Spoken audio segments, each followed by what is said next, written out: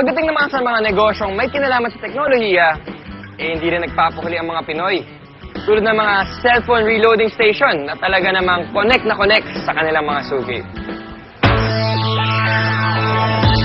Sa panahon ngayon, isa na nga sa pangunahing pangangailangan natin ang cellphone.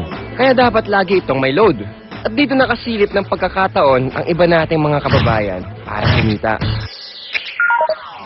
Ang V-Mobile, nakaisip ng paraan kung paanong sa pamamagitan lang ng isang telepono at isang SIM card, maaari nang makapagbenta ng load ng kahit anong network. Ang kaibahan nitong V-Mobile, gamit mo yung cellphone mo, makapagbebenta ka ng lahat ng klase ng prepaid, cards at saka electronic, para magkaroon ka ng negosyo. Taong 2008, nang simulan ng V-Mobile ang negosyong ito.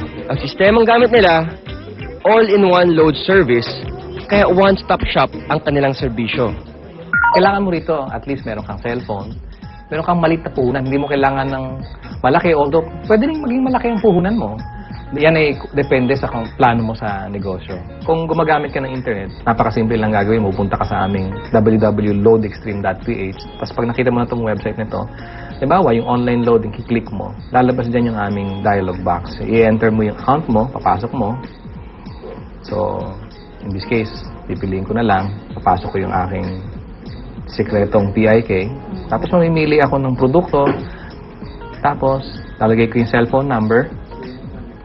Kiklik mo ngayon yung send load. Pag okay natin, yun na. Pero paano ka nga ba kikita sa negosyong ito? Halimbawa, may magpapaload sa iyo ng 100 pesos. Ang mababawas sa load wallet mo ay 90 pesos lang. Ibig sabihin, may 10 piso kang kita sa bawat 100 na i-reload mo sa iyong customer.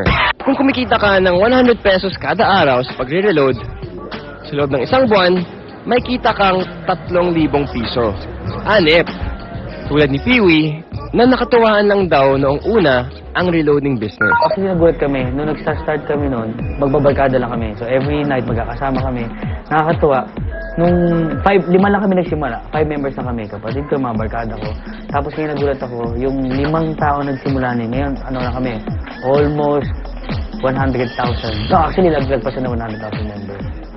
Ngayon, sa simpleng pagpindot-pindot lang daw niya ng cellphone, kumikita raw si Peewee ng mula 1,000 hanggang 5,000 piso kada linggo. Oh, ano pang hinihintay niyo mga kapartner? Oras na para ang hilig niyo sa paggamit ng cellphone, pakinabangan niyo rin at maging isang maliit na negosyo. Kung mas pinili mo na lang manatili sa bahay ngayong summer, narito ang isang kapaki-pakinabang na tip. At dahil mainit ngayon, alam kong hindi nyo maiwasan na gamitin ang inyong mga aircon. Ito ang isang tip para makatipid kayo sa pagkonsumo ng kuryente. Ilagay sa timer mode ang aircon at iset sa 2 hanggang 3 oras lamang. Pagkatapos ito, buksan ang ventilador para mapanatili ang lamig ng kwarto. May enjoy mo na ang lamig, makakatipid ka pa. O, di ba? Pwede naman eh.